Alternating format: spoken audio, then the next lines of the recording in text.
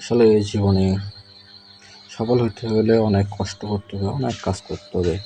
কষ্ট কোনো বিকল্প নেই, কাজের কোনো বিকল্প নেই। আসলে সফলতা হতে হলে অনেক কষ্ট করতেই হবে, কাজকর্ম করতে হবে।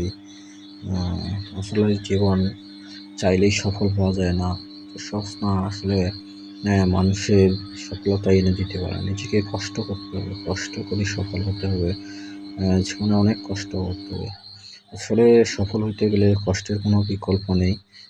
যত কষ্ট করবো আমরা ততই সফল হবো ইনশাল্লাহ।